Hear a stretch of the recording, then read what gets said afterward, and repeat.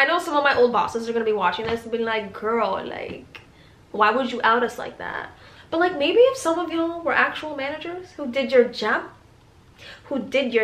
maybe, you know, things like this wouldn't happen. Maybe, I don't know, good employees wouldn't leave. Hello you guys, welcome back to my channel. Today I've got a story for you. If you don't know, I used to be a server at a really toxic, shitty workplace. I did like 2 videos about my toxic job, and I believe I called the place Winter Cabin, which is very ironic given its actual name. Picture a restaurant where it's definitely very modern. Suburban housewives and husbands go here to eat their chicken Caesar salad that they paid 20 bucks for with a glass of Pinot Grigio or Sauvignon Blanc. And it's in a very affluent area. I'm noticing now that I'm talking a lot with my hands, and this is just what it's gonna be. Okay, the stories that I have about working there is HR's worst nightmare. It's just like a cesspool for everything that a corporate company should not do. They do it. It just festers. All the wrong about working for a corporate company just festers in that restaurant. I think the sucky part that sucks about this place is that I actually made friendships with people who were really decent human beings. Some, not so much. Some of y'all got on my nerves. And then there are like certain guests that I felt like I had a really strong bond with, and they were amazing people.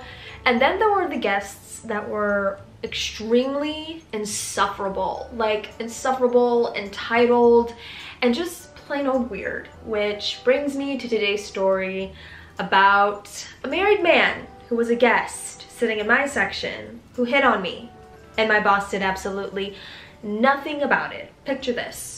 It was, I think, late September in the year 2021. You know, it's a little warm outside. My section was in a really great place where a lot of people sit. I was actually one of the closing servers for the night, and I was closing with another fellow male server who was extremely awesome. I miss working with him. It was busy, and one thing that I miss about working in the restaurant industry is that it's fast-paced. Like, you have to be on your toes.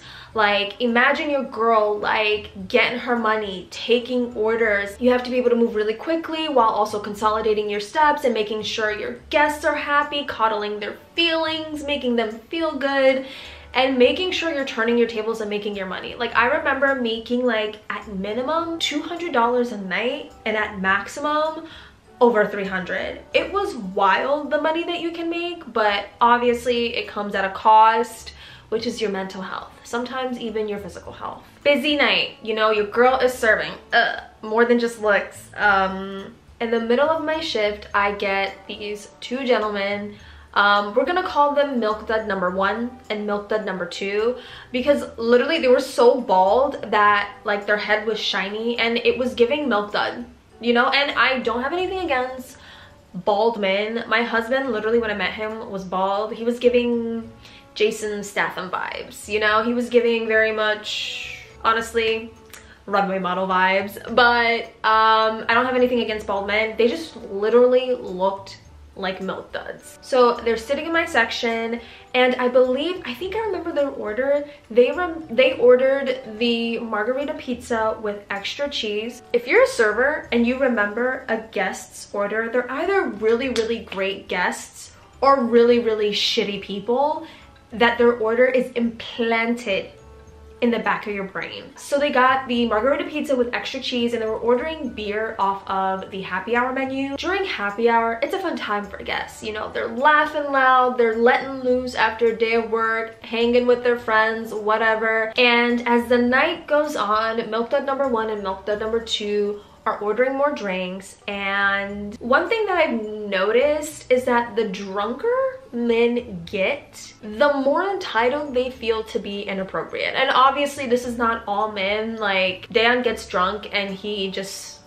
gets a lot more social. That's it. So Milk Dud number 1, Milk Dud number 2 ordering more drinks, they get their food, and I'm maintaining the table, which means I'm taking away dirty dishes, I'm taking away empty glassware, getting them refills of drinks if they wanted, and they wanted refills of their beers. And it got to a point in the night where like I could tell that they were feeling good. They were feeling loose. And milk dud number one, again, very chill, very relaxed, just talking and having conversations with with his friend, who milk dud number two. Milk dud number two, I could tell his eyes were getting lower and he was feeling himself a little too much, and he was also feeling me a little too much. It started to become very uncomfortable for me because he would like look me up and down and like checking me out. And like, listen, I know that the good Lord bless this earth with my presence. I know I am a snack, dare I say a meal, okay? But it doesn't give people it shouldn't give people the okay to just like flirting with someone in their workplace is very uncomfortable. Like, even if it's like non-verbal, it's just weird. So milk dud number two was like feeling me a little too much, and it was very uncomfortable. And for me, my default when things like this happen, because I keep in my mind that like if I'm a straight up like unfriendly server, most likely I'm not gonna get any tip, and tips are how I make my money.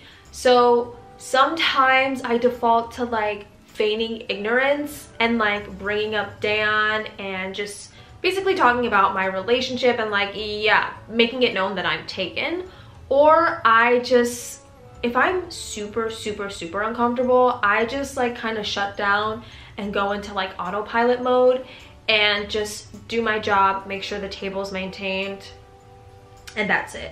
And so that's basically what I was doing. I was ignoring his advances as if like he didn't exist. Then after a while, two women arrived, and I believe these women were their wives, and they were super nice. They were really kind. There was a language barrier. They didn't speak any English. They were two Asian women, but with me, when I have language barriers with my guests, I either use Google Translate or we end up communicating through pictures. But their husbands were at the table, and so they were helping them order. But it was weird because they were speaking to them in English, which they didn't understand English. And then they were like talking at them in English, but with what I guess presumably was an Asian accent. But it was just like weird. It just felt weird and like, I'm not gonna lie, kind of gross. We ended up communicating through pictures, and one of the women got a chopped salad and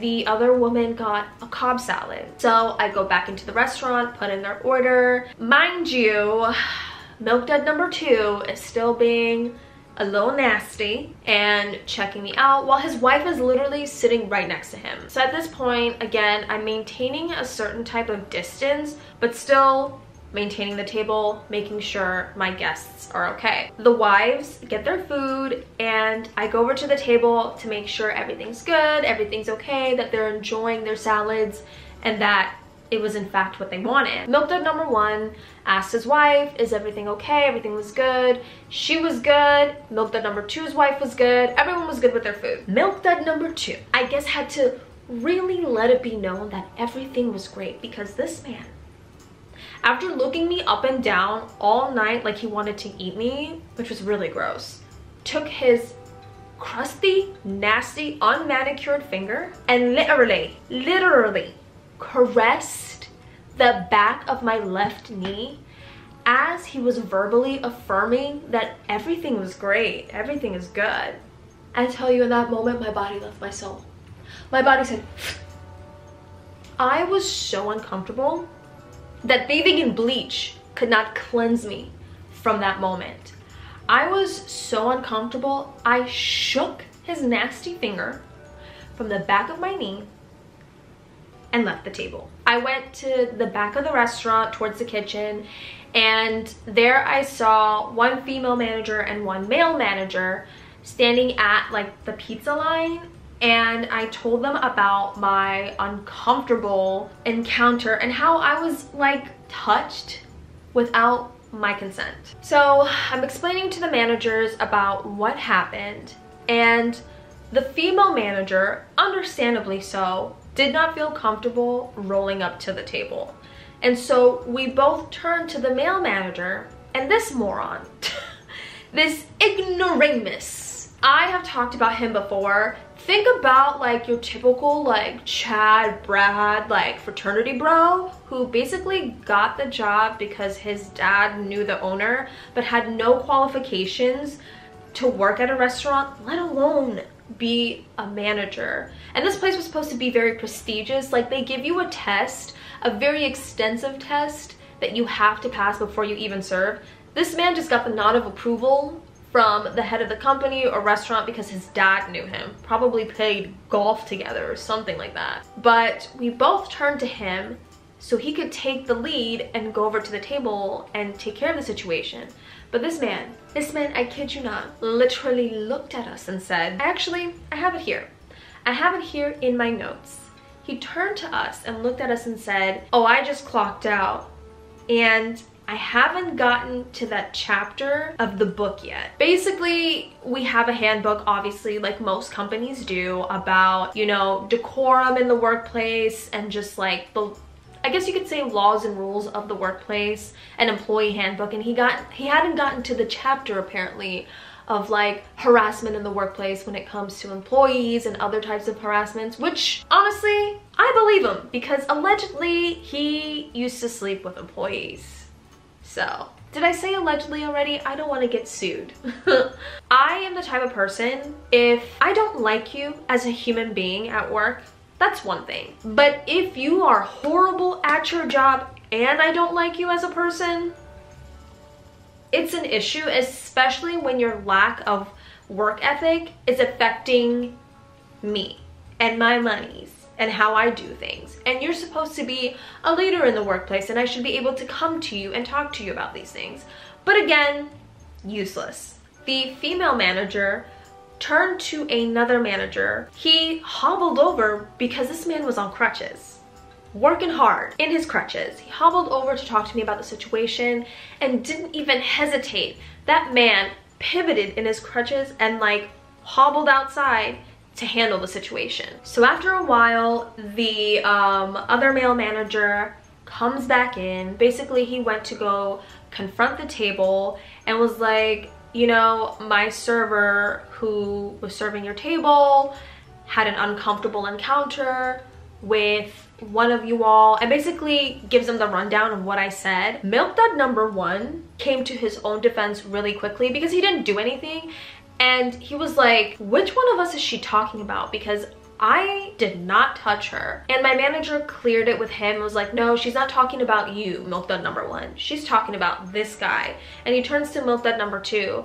And this man gets so defensive and it's just like, I was just being friendly. That's the industry standard. Like, she shouldn't be acting like that. You're supposed to be friendly with guests. Like, that's just how it is. Like, I own a restaurant and that's how da da da. He was basically running around in circles, talking bullshit. And the thing is, like, I feel like my manager could tell that he was about BS and called him out on it and was just like, I don't care if you owned a restaurant or what your experience is in the hospitality industry. You do not put your hands on another person, an employee, because one, it's inappropriate.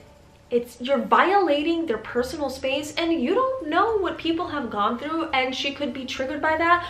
Also, even if she wasn't, it's just uncomfortable. And so Milk Dud number two was just so offended and he was pissed off. Mind you, Milk Dud number one did not come to his defense and he was just like, as long as my name is cleared, like I'm good.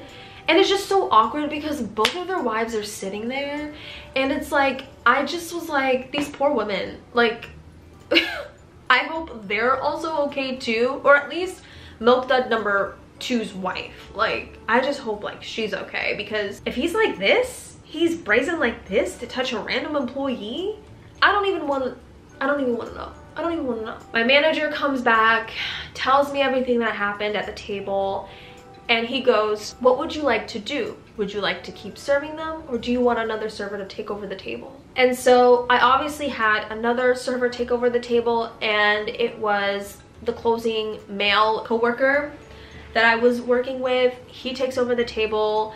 The check is still in my name, and it's a big check, mind you. It's a big check. And I've said before, like, I make my money based off tips, and we still have to tip out like bussers and bartenders at the end of the night. The male server handles the table and milk dud number 1 ends up paying the check, and I look at the tip. So the industry standard when it comes to tip, well, at this restaurant is 10% is like the absolute lowest, 15% is like average tip, 20% is like, wow, you did a great job. It's a pretty huge tip. Milk dud number 1 pays the bill and leaves me a tip a little over 20%.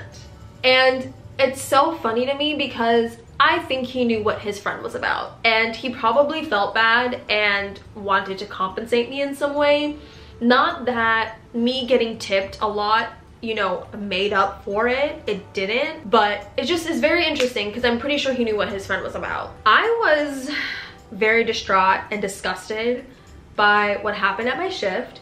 And so the next day I talked to another manager who was like, I guess you could say like acting GM at the time or something like that. And I confided in him what happened, and he was equally as upset and grossed out. Milk dud number 2 was banned from the restaurant, as he should be. And I just brought up the concern about Chad Brad and just like how horribly he handled it. And this manager looked at me and apologized, which he shouldn't have to do on his behalf. He was honest with me and said, you know, there are a lot of things that Chad and Brad has been doing that's been very inappropriate, and they've had to sit him down and talk to him constantly about his inappropriate demeanor in the workplace and just like with employees in general. And it's just been something that they've been dealing with constantly.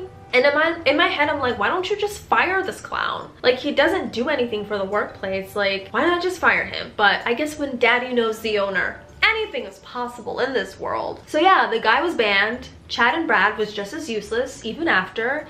And that's how it pretty much ended. The thing that sucks about this is like, this happens in the hospitality industry, but also other industries that women are in. And in this specific company, shit like that would happen to other women within the restaurant, and even at other restaurants and at a corporate level. If I told you the name of this company, you would easily be able to pull up an article about another woman who was harassed, and the HR person, who was a woman, also did nothing at the time.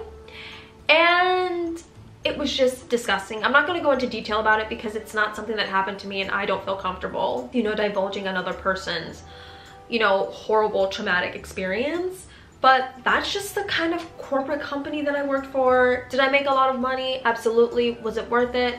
Honestly, not that at the expense of like my mental and emotional and physical health, but you live and you learn. And I will say, if there's anything that you take away from the story, I'm the type of person where if there's something that happens in the workplace that makes you uncomfortable, where boundaries are crossed, where there's discrimination, stereotypes, any sort of harassment, take out your phone and I want you to record exactly what happened. I'm talking about go into detail about the incidents that happened. I'm talking about timestamps. I'm talking about who was there, what the scene was like, what you were feeling, how you were treated, and go into detail about the situation, because you don't know. You don't know if you're gonna need that kind of information, and you want to have the receipts to back you up. Like, I know I haven't been working there for a little under 2 years, but I still have my receipts. I still have my receipts about the shit that would go down in that place. It's just, it's a wild time. It's a wild time. I know some of my old bosses are gonna be watching this and being like, girl, like, why would you out us like that? But like, maybe if some of y'all were actual managers who did your job, maybe, you know, things like this wouldn't happen. Maybe, I don't know, good employees wouldn't leave. Thank you guys for watching today's video. I hope it was somewhat entertaining at least. And yeah, bye. Oh my god, sitting here talking for like over 20 minutes. Your girl is thirsty.